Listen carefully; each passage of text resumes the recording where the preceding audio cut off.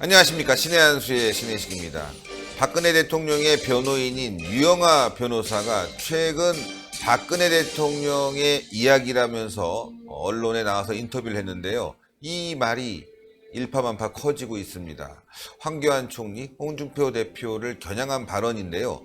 그 사실의 진위가 의심스럽기 때문에 더욱더 이 논란이 커지고 있는 것 같습니다. 이와 관련해서 전옥현 전 국정원 제1차장님 모셨습니다. 안녕하십니까.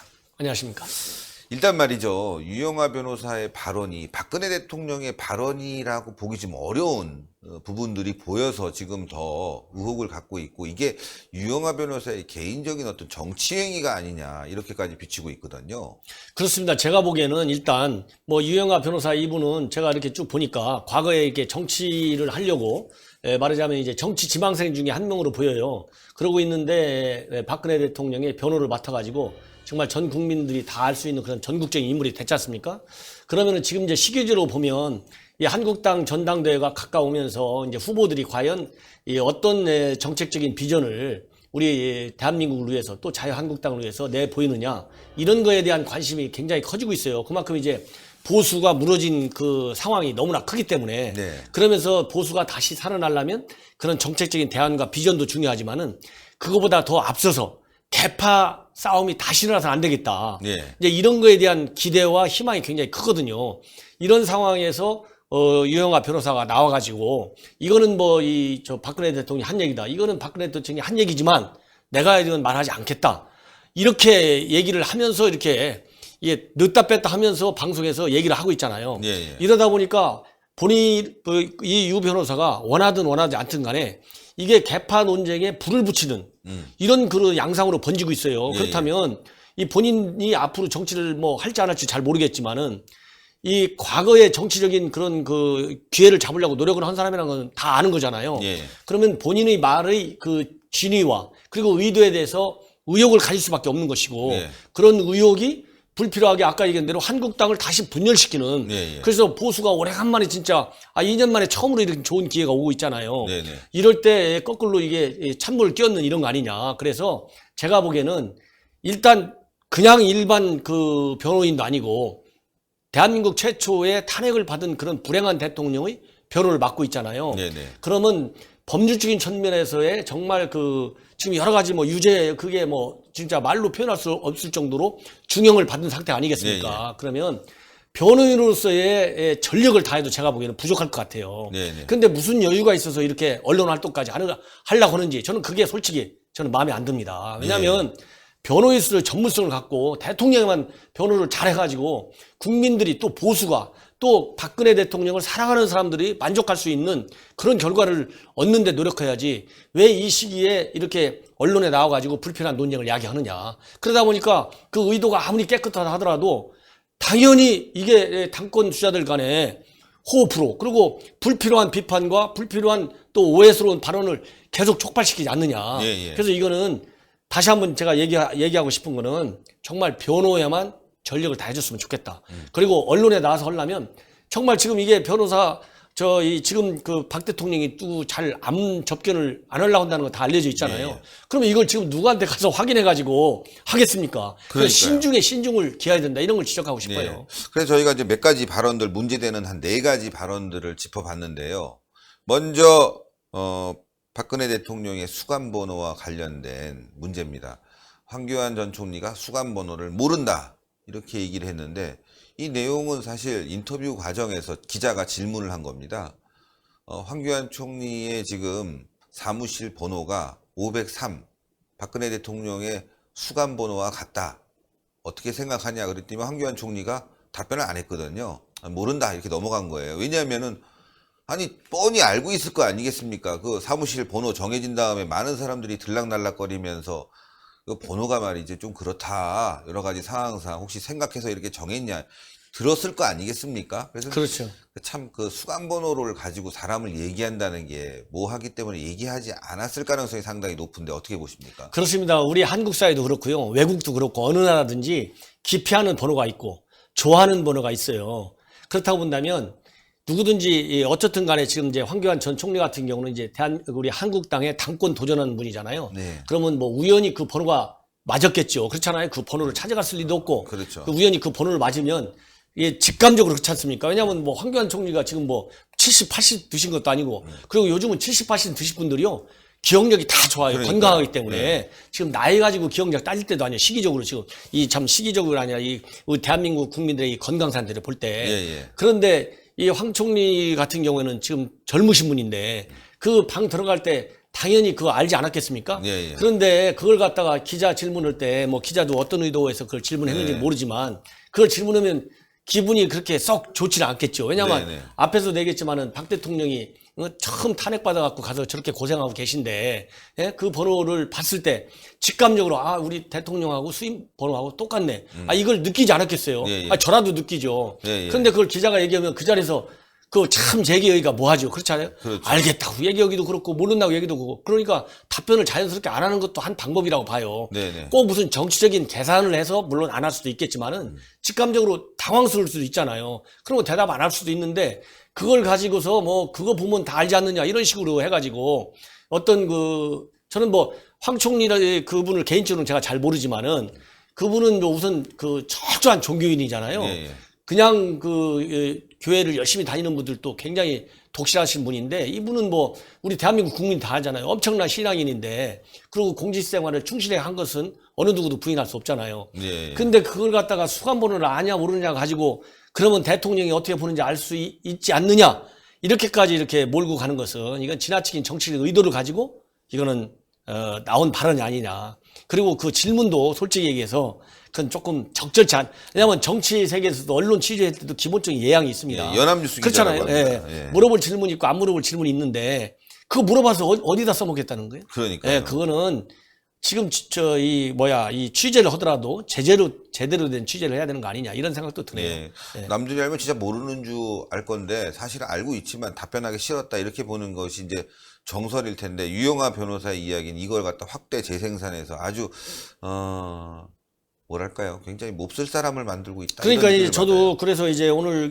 이 주제를 뭐 지금 오니까 다루신다고 그래갖고 제가 예. 기사를 저도 뭐 보통 평소에도 워낙 중요한 기사이기 때문에 읽기는 있지만 다시 한번 읽어봤더니 아 그거 수입번호는 모르는데 이런 식으로 하면 유영하 변호사 이분도 인품이 있잖아요. 자기가 지켜야 할 예의가 있고 그러면은 정치 세계에서 논의를 하든 아니면 법률 세계에서 논의하든 항상 기본적인 인격체로서 누가 됐든지 간에 존중해야 되는 거 아니겠어요? 예, 그런 그렇습니다. 자세에서 봤을 때는 조금 아쉬운 점이 있다 저는 그렇게 생각합니다. 이런 식으로 하면 안 되죠. 예. 자, 또 하나 문제가 있는데요. 의자 발언입니다. 의자 발언. 박근혜 대통령이 허리가 아픈데 의자를 넣어달라 이렇게 얘기했는데 의자를 넣어주지 않았다. 그리고 문재인 정권이 바뀌자마자 의자를 넣어줬다 이렇게 얘기했는데 이 부분은 또 어떻게 보십니까? 글쎄요, 저도 이제 그 관계를 이렇게 좀 스크린을 해봤어요. 예. 검색을 쭉 해보니까 이미 이제 그 탄핵 국면에 들어가 구속돼서 조사를 받고 있잖아요. 네. 그리고 뭐 워낙 그 상황이 안 좋으니까 이 한국당 대통령 후보가 이길이라고 생각한 사람 아마 없었죠. 진짜 뭐 거의 없다고 봐야 되는 거 아니겠어요? 네네. 그 상황이다 보니까 그 당시 이제 교도소 측에서는 이 황 총리께서 그냥 그 당시에 이거는 그 좀 잘 모셔야 되겠다 이런 생각 때문에 최대한 편의를 좀 봐줘라. 최대한 편의를 봐줘라 이렇게 지시한 걸로 제가 이제 쭉 봤습니다. 들었고 네네. 그렇다고 본다면 그 교도소 측에 전달을 했는데 교도소 측에서는 여러 가지 그 당시에 또 여론, 언론 왜냐하면 지금도 언론이 뭐 많이 기울어졌다 이렇게 얘기들을 하는데 그 당시는 뭐 여론, 언론만 기울은 게 아니라 모든 판이 다 기울어져 가지고 그 당시에 대통령 뭐 방이 뭐 국제 기준보다 크네 작네 네. 또 뭐 접견하는 사람들이 뭐 좋은 음식들을 가져가 가지고 너무 사식을 많이 넣어줘 갖고 이거 호화 생활을 하고 있다. 이 부분에 대해서 저희가 사진을 보면서 말씀을 좀 드려야 될 것 같습니다. 예, 먼저 말이죠. 저희가 몇 가지 사진을 준비했는데요. 당시에 구속되시자마자 뜬 기사를 보게 되면요. 이런 부분의 기사가 떠 있었습니다. 자, 박근혜 독방 국제 기준보다 넓은 호화 시설 재확인하면서 말이죠. 보도가 엄청 떴어요. 호화 시설이다. 예. 이러다 보니까 뭐 당시에 뭐 대통령 권한 대행이지만 무슨 힘이 있었겠습니까? 최대한 편의를 봐주려고 해도 교도소장이 이런 보도가 나오다 보니까 아무래도 좀 여론의 눈치를 볼 수뿐이 없는 것이 아닌가 싶기도 하고 말이죠. 여러분들도 보시겠지만 국제 기준 이게 말도 안 되는 이런 기사들이 엄청 나왔고요. 또 다른 기사를 보니까 이런 기사가 있습니다. 이것도 기사인데요. 시청자 여러분들. 박근혜 전 대통령이 서울구치소에 수감 이후부터 지금까지 구치소에서 주는 음식을 거부하고 초와 외부 음식을 들여와 만찬을 즐긴 것으로 밝혀졌다. 그러니까 초와 외부 음식을 들여와 만찬을 즐긴 것으로 밝혀졌다. 익명을 요구한 서울구치소 관계자들의 증언에 따르면 박 전 대통령은 31일 수감 첫날 구치소 음식이 입에 맞지 않다며 담당 교도관에 불만을 제기했고 이후부터 외부 음식을 공수해 식사를 했다라고 하면서 밑에 이런 사진을 달았습니다. 예, 참 어이가 없죠, 여러분들. 이렇게 박근혜 대통령과 관련된 이 수감 생활에 대해서 엄청난 그 호화 생활이다, 뭐 여러 가지 기사가 나오면서 교도소장이 뭐 상당히 좀 위축되지 않았겠습니까? 예, 예. 아무리 뭐 대통령 권한대행이 얘기해도 이걸 들어줬을 것이냐. 보시면요, 단독 보도가 나와 있는데요. 박 전 대통령 구치소의 호화 사식 반입, 전복죽, 송로버섯, 캐비어 이런 게 기사가 돼 있는 거예요. 보시면. 예? 매일 반입, 면회 명목으로 외부인과 잦은 접촉, 전례 없는 혜택 의혹에 서울구치소 문제될 것 없다, 이런 보도가 나오고 있으니 뭐 대통령 권한대행이 편의를 많이 봐줘라고 얘기해도 당연히 자기의 어떤 그 입지를 생각해서 들어주지 않았을 거라는 뭐 생각입니다. 제 생각인데, 문제는 뭐냐면 이 부분도 유영하 변호사가 이렇게 얘기할 것이 아니라 당시 교도소장의 정확한 증언을 담아서 얘기를 해야 될 거 아니겠습니까? 그래서 제가 아까도 말씀드렸지만은 지금 이제 당권 당 대표 선거는 아주 민감한 시기잖아요. 네. 그렇기 때문에 변호사는 변호사로서의 직분에 맞는 그 전문성, 딱 그것만 가지고 얘기해야 되는 시점이고, 지금도 왜냐하면 재판이 계속 진행 중에 있으니까 대통령이 억울하지 않도록 하는 것이 대통령에 대한 변호인으로서의 뿐만이 아니라 대통령 개인에 대한 충성심을 발휘하는 거예요. 지금 이 당권 개입하는데 개입할 당권 투쟁에 개입할 틈도 없을 것이다, 이런 생각이고, 그리고 그 당시에 이제 황 총리께서 이렇게 최대한도 편의를 잘 받으려라 이렇게 지시를 했는데도 당시 상황이 이렇게 어렵다 보니까 교도소장도 이제 여러 가지 뭐 룰도 있고 그럴 거 아니겠습니까? 그러다 보니까 이제 그런 거를 제대로 안 한 것 같아요. 지금 이렇게 지금 얘기하신 우리 신 대표께서 얘기하는 대로 보면 이제 교도소장이 제대로 이렇게 황 총리가 예경을 안 하다 보니까 그렇게 의자 같은 것도 이제 안 들어가고 그런 거 아니겠습니까? 최종적으로. 네. 왜냐하면 문 대통령이 집권하고 나서 7월 달에 들어갔다 이렇게 돼 있거든요, 기사에. 그런 거 보면 이제 못 해줬는데, 사실은 뭐 현직 대통령이 있을 때도, 그래서 레임덕이라는 말이 있잖아요. 예?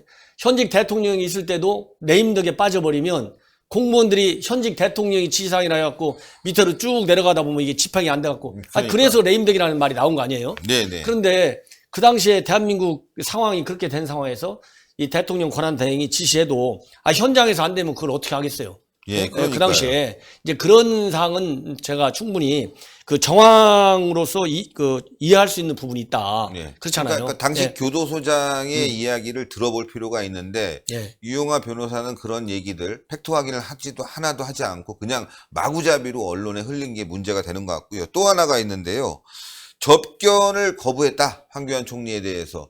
근데 이 부분도 좀 황당합니다. 접견 거부당한 분들은 대통령의 가족, 박지만 씨, 박근영 씨, 친박 세력들 그 누구도 접견하지 못했거든요. 예, 그러니까 저도 이제 언론에 보면 이 많은 인사들이 접견을 하고 싶은데 접견을 못했다, 이런 그 얘기들이 많이 떠돌았잖아요. 네. 그 과거서부터. 그렇다고 본다면 내내 이제 같은 얘기인데, 설령 대통령이 직접적으로 누구는 내가 접견하겠다 안 하겠다 하더라도 지금 그 얘기를 유영하 변호사가 직접 들었다고 치자고요. 들었다고 쳐도 그걸 언론에까지 나와서 하는 거는 저는 타이밍상으로도 그렇고, 그건 대통령을 보호하기 위해서라도 그건 바람직하지 않다. 예. 그렇잖아요. 본인이 만약에 당권주자 후보다, 그죠? 당권주자 후보고 본인이 당권주자 바로 밑에서 변호사가 아니라 일을 하고 있다. 그러면 선거 전략 차원에서 사실에 입각해서 비판적인 소재로 활용하고 안 하고, 그거는 제가 네. 얘기할 필요가 없어요. 왜냐하면 그 사람은 그 선거 캠프에 직접 뛰어들어 있으니까. 네. 그리고 당권 도전자 본인이니까. 그런데 이 변호인이 이렇게 민감한 시기에 이렇게 직접 그런 걸 가지고 이건 대통령의 생각이 이렇다 저렇다, 그래갖고 어느 후보한테는 불리하고 어느 후보한테 유리하고 이렇게 보일게, 그렇게 해석되게 할 수 있는 여지를 남겨주는 것은 저는 바람직하지 않다. 않습니다. 예, 저는 그 분야에 대해서는 조금 신중한 면이 좀 떨어진다 그렇게 봅니다. 예, 또 하나가 탄핵 인사이드 아웃. 이제 최명성 변호사가 쓴 책에 대해서도 얘기했는데 박근혜 대통령은 울지 않았다. 예, 분노를 했을 뿐이다. 여기까지 이해됩니다. 이건 그럴 수 있습니다. 박근혜 대통령이 뭐 울고 막 이러다 보면은 국민들이 생각했던 이미지도 참 어떻게 안타깝긴 하지만 좀 떨어질 수도 있으니까 이건 뭐 당연히 그렇게 발언해야 된다고 보는데, 문제는 이 유영하 변호사 얘기한 게 탄핵 인사이드 아웃을 보내줬는데 최명성 변호사가 바로 반출해버렸다. 이게 좀 이해가 안 가요. 네. 박근혜 대통령 뉴스 안 본다고 그러시거든요. 다 편지로만 왕래한다고 해요. 그리고 탄핵 인사이드 아웃이 나왔을 때 바로 초판본을 들고 최명성 변호사가 서울구치소에 가서 전달했을 거 아니겠습니까? 그렇다면 뭐 박근혜 대통령이 편지가 더 먼저 배달돼 갖고 내용을 다 알 리도 없을 것이고, 뭐 표지만 딱 보고 이거 기분 나쁘네 하고 던졌을 리도 없고 말이죠. 제가 볼 때는 이제 그 일국의 대통령까지 하신 분 아니에요? 네. 더군다나 최초의 대한민국 여성 대통령이잖아요. 그러니까 이 정치적으로 탄핵을 받았다 해서 다 그분이 하신 게 나쁘다 이렇게 보는 것도 맞지 않아요. 그렇잖아요. 잘한 부분도 있고 못한 부분도 있는데, 하여튼 이 못한 부분이 잘못돼 가지고 법률적으로 탄핵을 받은 이런 불행한 사태를 겪은 것이죠. 네. 그러면 최소한도의 대통령으로서 가질 수 있는 여러 가지 좋은 점도 가지고 있다고 봅니다. 그러면 그 중에 하나가, 자기가 이 최명성 변호사는 그야말로 대통령 변호인 역할을 하신 분 아니에요? 네. 한 분이 책을 썼으면, 제가라도 그래요. 더군다나 책을 안 썼더라도 직접 변호를 하기 때문에 대통령을 만나러 갈 기회가 있을 거 아니겠습니까? 네. 그러면은 언제 갔을지언정 책을 하나 갖다 드리는 게 저자의 입장에서도 예의고, 그렇죠. 그리고 대통령의 입장에서도 그야말로 대통령까지 하신 분인데 그 책을 자기 변호인이 썼는데 그걸 안 받을 분이 누가 있겠어요. 그러니까요. 저는 그것도 팩트 체크가 꼭 필요하다. 예, 팩트 체크가 그리고 설령 안 필요합니다. 받았다 하더라도 그걸 안 받았네 받았네 뭐 눈물 흘렸네 안 흘렸네 그걸 굳이 얘기할 필요가 있겠습니까? 그러니까요. 굉장히 예. 사적인 부분까지 다 넣기 때문에 더 할 말이 있지만, 예. 홍준표 대표 부분은 홍준표 대표의 발언을 보고 저희가 또 방송하기로 하고요. 예, 예. 오늘은 황교안 전 총리에 대한 부분을 가지고 저희가 얘기해봤지만 굉장히 좀 뭐랄까요, 유영하 변호사가 억지로 만든 말 같은, 자기 정치하는 것 같은 모습이 보여서 굉장히 이제 불쾌한 내용들이 담겨 있었다. 그러니까 이제 생각합니다. 지금 이제 이 앞으로 또, 왜냐면 이 유영하 변호사가 또 뭐 방송 계속 나올 수도 있고 네. 또 뭐 또 이런저런 사양으로 이제 또 사양할 수도 있겠지만, 어쨌든 간에 저는 지금부터는 안 나왔으면 좋겠어요. 네. 이 당권 끝나기 전에. 그리고 해당 후보들한테 전달하고 싶은 대통령의 의중이 있으면 조용하게 전달하면 돼요. 그렇죠. 대통령이 당신에 대해서 이렇게 생각하니까 이런 것 좀 서운하지 않게 해라. 아니면 이 정도면 장지 잘 됐으니까 조금 기다렸다 천천히 해도 된다. 이런 식으로 자기가 메신저 역할을 하면서 이게 좀 서로 오해하고 있는 게 있으면 풀어주고. 왜냐하면 대한민국의 저 대통령이 한 분이고, 또 이 그 총리는 총리까지 하신 분이고, 홍준표 대표는 야당 대표를 두 번이나, 그 당 대표를 두 번이나 한 분이잖아요. 네. 그리고 당권 주자고. 그런데 1, 2위를 지금 다투는 이런 그 당 대표 그 선거에 나온 분들을 갖다가 다 싸잡아가지고, 홍 대표에 대해서는 뭐, 무슨 언제부터 저항운동 하려고 그랬느냐, 일관성이 있다 없다 또 이렇게 비판하고 나섰는데, 이런 식으로 해서 당권 주자들을 이렇게 폄훼하는 듯한 그런 그 메시지들을 언론에까지 띄우는 것은 저는 마땅치 않다. 왜냐하면 지금 그나저나 이제 컨벤션 효과라는 게 있지 않습니까? 네, 예. 그래갖고 한국당에 대한 국민들의 기대가 이제 조금씩 살아나려고 하는데, 이런 걸 해갖고 다시 편가르기로 보이게, 본인이 의도하든 안 하든 간에, 그렇잖아요? 예, 이거는 저는 바람직하지 않다고 봅니다.